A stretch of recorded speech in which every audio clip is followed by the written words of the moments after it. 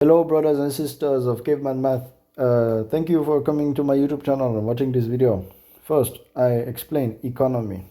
This unit we have test for microeconomics. The unit I'll be discussing is Unit 5, Thinking at the Margin. So, first, there's a really preliminary subject called supply and demand. Now, this market describes the supply and demand of the certain, like, what's it called? Let's say companies. Like, let's say this is the market for Sprite. You have a supply and you have a demand curve. So these shift factors are going to be pertaining to demand of consumers and supply of consumers. So first, it's important to go over the demand for consumers. This acronym called TRIBE. You have T for taste and preferences. If taste and preferences go up, then demand goes up. If taste and preferences goes down, then demand also goes down. If the demand for the product is actually solely, it's not solely determined by taste, but it is one of the shift factors, which is T, determined by taste. You have related goods, which are complements or substitutes. So a complement is a good like marshmallows and graham crackers, because you can't have one without the other, because when you want to make s'mores, you have to have one. So if the price of one goes up, then the demand for the other goes down. That's how complements work. Substitutes are the opposite. So if the price of the initial good goes up, then the demand for the other good will go up. So let's say the price of real Mexican food goes up, so the demand for Taco Bell goes up. Then you have income. So income plays a great part in demand, because if you have higher income, then you're incentivized to buy normal goods, which are like brand names. Let's say like, okay, you go to Kirkland, like in Costco, you want to buy Kirkland water, right? But then you're like, oh my God, there's Dasani, right? And I have high income and I want to taste that bougie water. So you're gonna get Dasani over the Kirkland brand water, because you want to taste the different Dasani, and you have high income, so you have more demand for normal goods, right?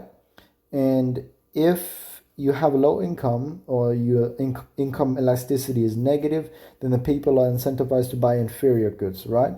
So if you have low income, then the demand for inferior goods like Kirkland water bottle will increase. Not saying that Kirkland is inferior, but still. Number of buyers also affects demand. So if number of buyers increase, then the demand will increase. If number of buyers decrease, then demand will decrease. We got expectations. So if price change, then expectation for price change. If it decreases, then demand will decrease. If the expectation will increase, then the demand will increase. Now you got a price control. So this is a price ceiling, which is placed as a max, is a price max to prevent the market from selling at a price that is lower than what is favorable. So it's basically put in place to prevent shutting down of a firm or a market more specifically. But yeah, so let's say the price of Sprite is increasing, and it's a substitute to Sierra Mist. So that means assuming that it's a low income consumer, right? So that would mean that the demand for Sprite would actually decrease, because it's a substitute to Sierra Mist, because the Sierra Mist demand will increase. So let's just say that the demand decreases, and you want to prevent the market price from going below equilibrium. So you set a price ceiling to prevent the market price from dipping below. So essentially what a price ceiling does is it increases the consumer surplus and decreases the producer surplus, as marked on the graph that you're seeing right now. So we also got price floors, which are legal minimum prices. So essentially what has happened here is the market is selling at a price that's too low. So they want to set a new price, a minimum price. So that's what they did to this market. The demand is too it's going up, but it's just the price is just too low, so they want to set a new minimum for the price. All right, we got factor, price floor, and ceiling, which are price floor. QD is less than QS. It has a persistent surplus, which means that there is more producer surplus. Consumer surplus is decreasing, as we said, because it's a price floor, and that means that it's choking this little point up here. So this entire area below the consumer surplus is the producer surplus. All right, now we will go, wait, this is a really important part that I forgot to actually highlight here. This is QD in QS. QD, you got QS. Right, this is the deadweight loss. This is DWL, deadweight loss. Yeah, that's how it's created. All right, next one.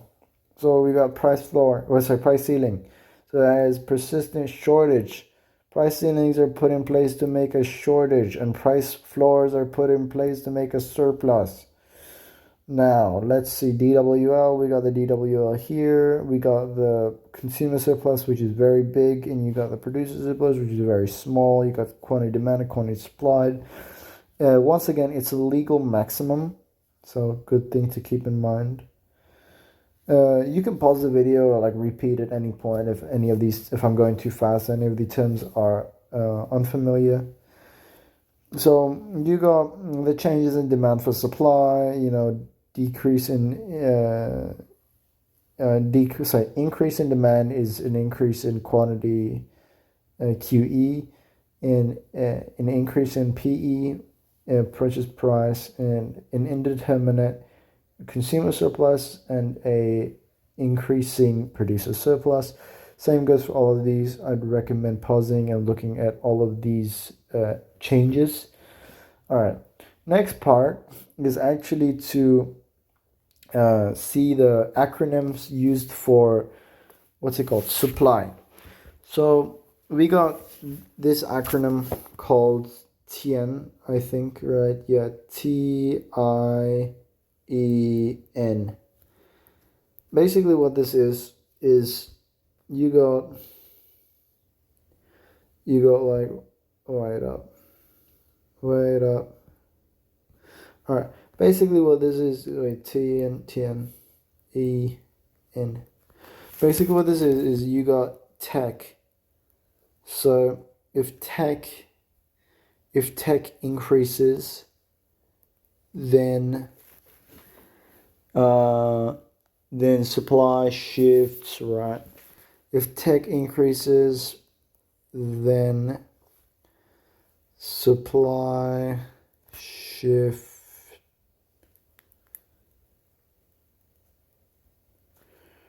Right. Basically like this. So you got this. Yeah.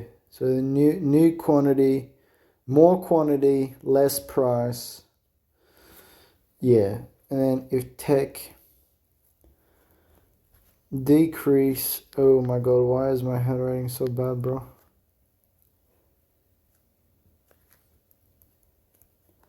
If tech decrease, then supply shift left. There we go. This is the new equilibrium. It's gonna shift left. Q2.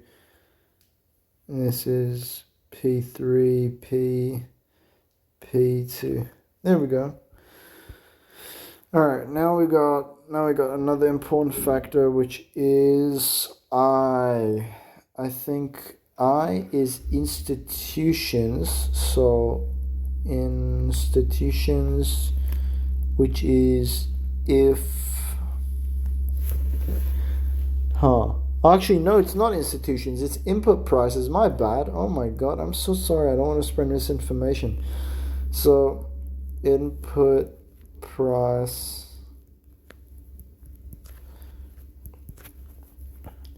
If price increase, then supply shifts left. Yeah, that's right. If price of inputs decrease, then supply. Whoa. Why did I open a notepad? What?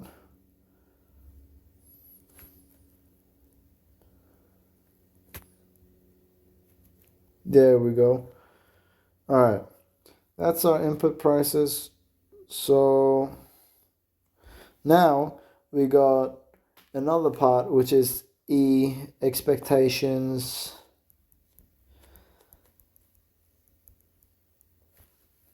for price change.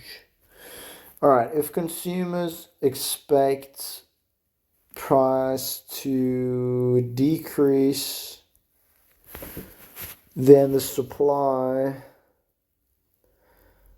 increase. If expected to increase, then supply will decrease. That's how it works.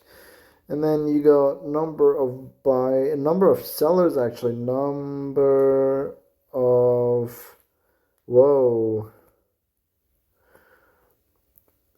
sellers. There we go. Number of sellers.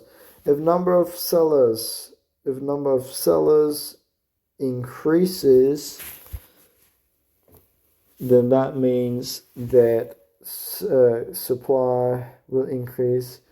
If number of sellers decreases, supply decreases. That's the most basic thing you can know about the shift factors, and basically that's what they do.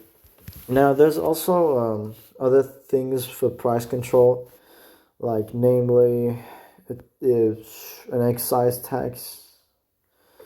So let's draw a supply-demand curve for an excise tax. This is excise. I don't know how to spell it. Excise tax. Basically, what this does is it shifts supply backwards.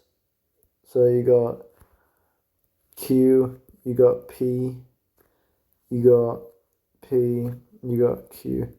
Q and P are just the quantity and price equilibriums. So that means that you increased cost of production. There we go. So the price basically just increased. So that's it. The price literally just increased, and that's your excess tax.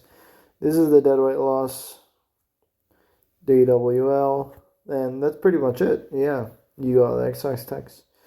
And then you got, a tariff. So a tariff, what a tariff is it's like trying to create a price ceiling and like reducing consumer surplus as much as reducing producer surplus as much, reducing consumer surplus as much as possible. That's what it is, reducing consumer surplus. Let's draw the graph. So we got supply, we got demand, we got our equilibrium, we got this, price, quantity, price. All right, now basically what this is you got a ceiling, a price, actually no, you got a price ceiling here, PC here, and then you got another down here. So there's two deadweight loss triangles. There's one here, one here. These are the equilibriums for quantity supply, quantity demanded. You got QS, you got QS, you got the QD, you got the QD. There we go. All right.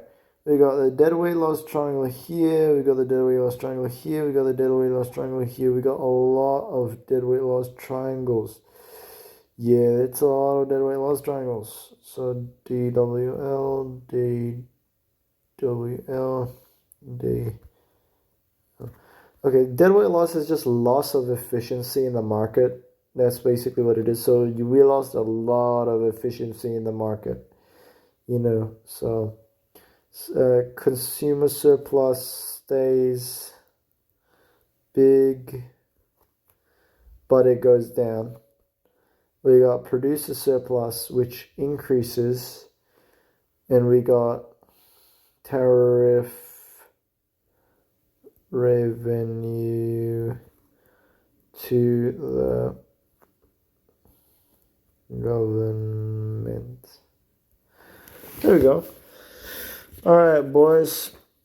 Oh, my back hurts so much, bro. All right, we got the elasticity of demand. So essentially, well, elasticity of demand, we got elasticity. Let's just do. Oh, elasticity. Okay, elasticity is basically what allows us to measure the demand and supply changing in response to the change in price. So it measures how willing consumers are to buy less of a good or service as the price rises. We got a few types of demand elasticity. We got relatively elastic. You're going to see this a lot, but what you're going to see equally more is actually the perfectly elastic. So let's start off with this. We got perfectly elastic. Yeah, this is literally the demand curve for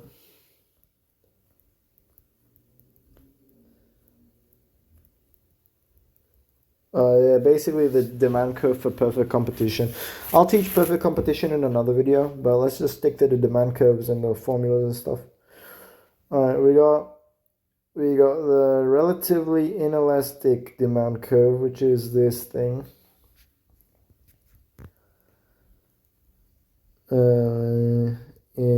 Inelastic. Basically, what this does is it's like it's the quantity demanded responsive to only a little change in price.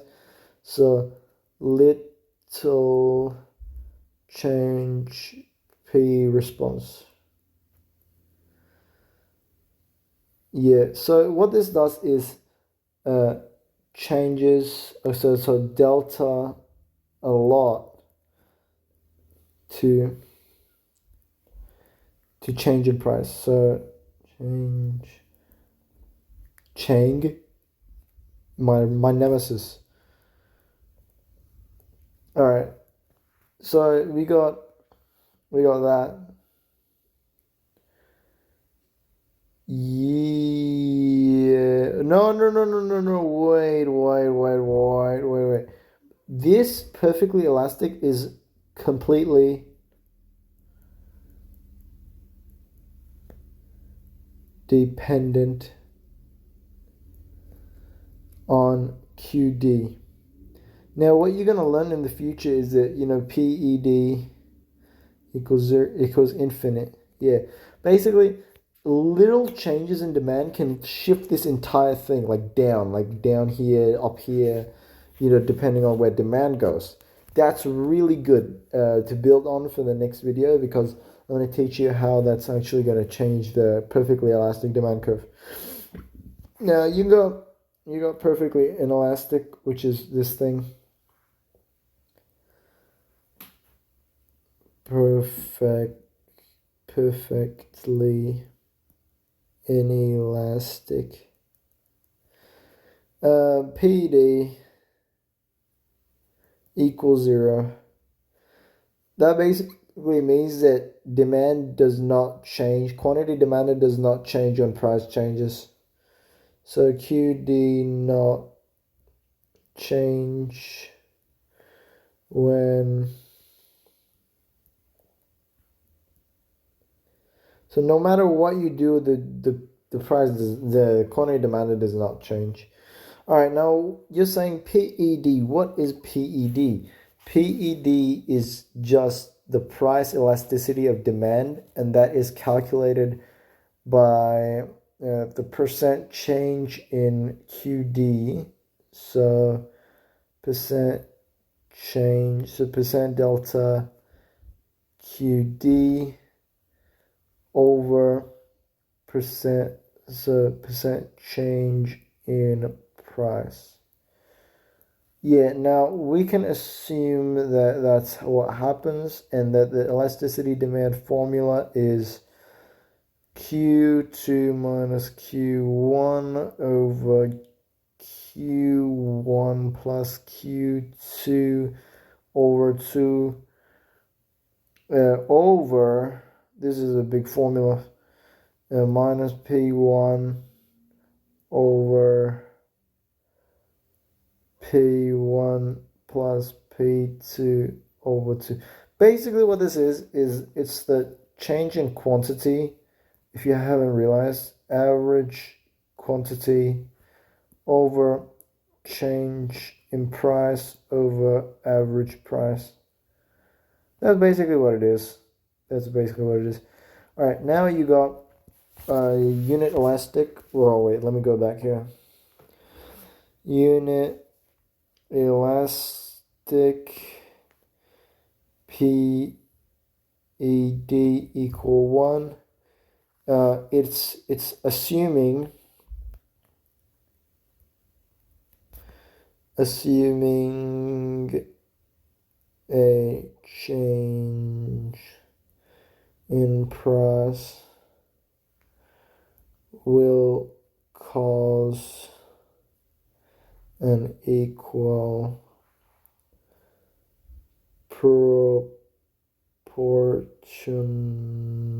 proportional, this is really important to know, this is a key term, change in QD.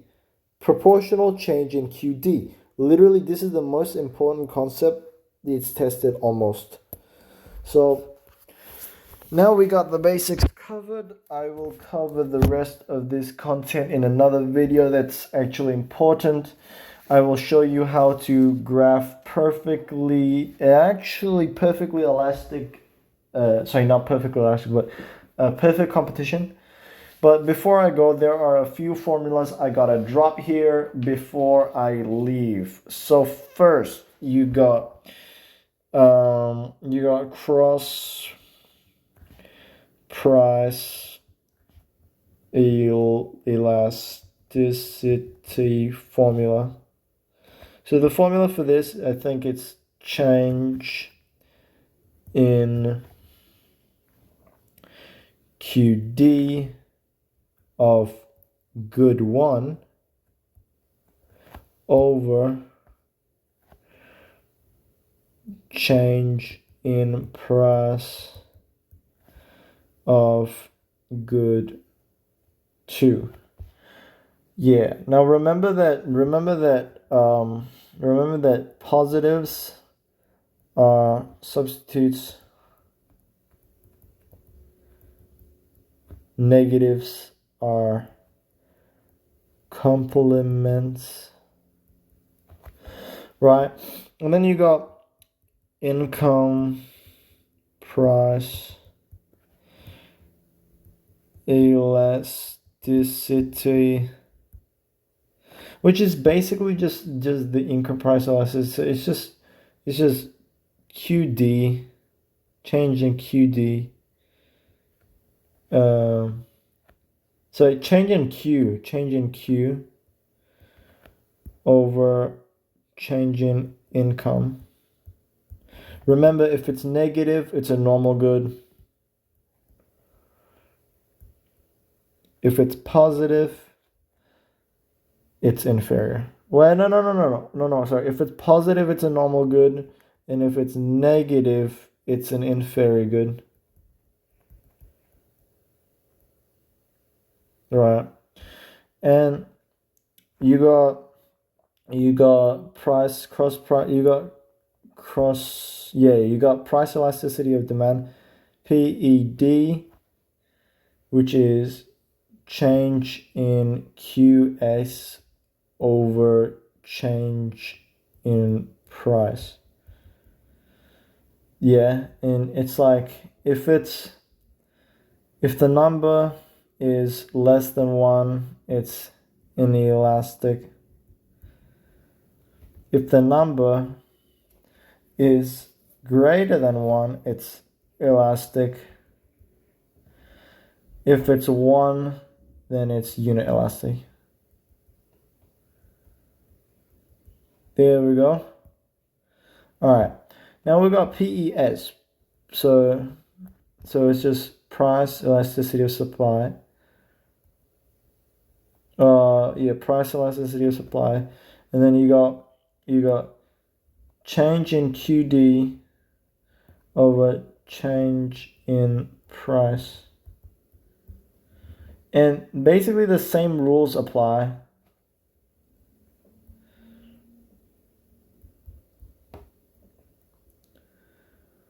All right, if you guys would like to take a picture of this with my abhorrent handwriting, go ahead.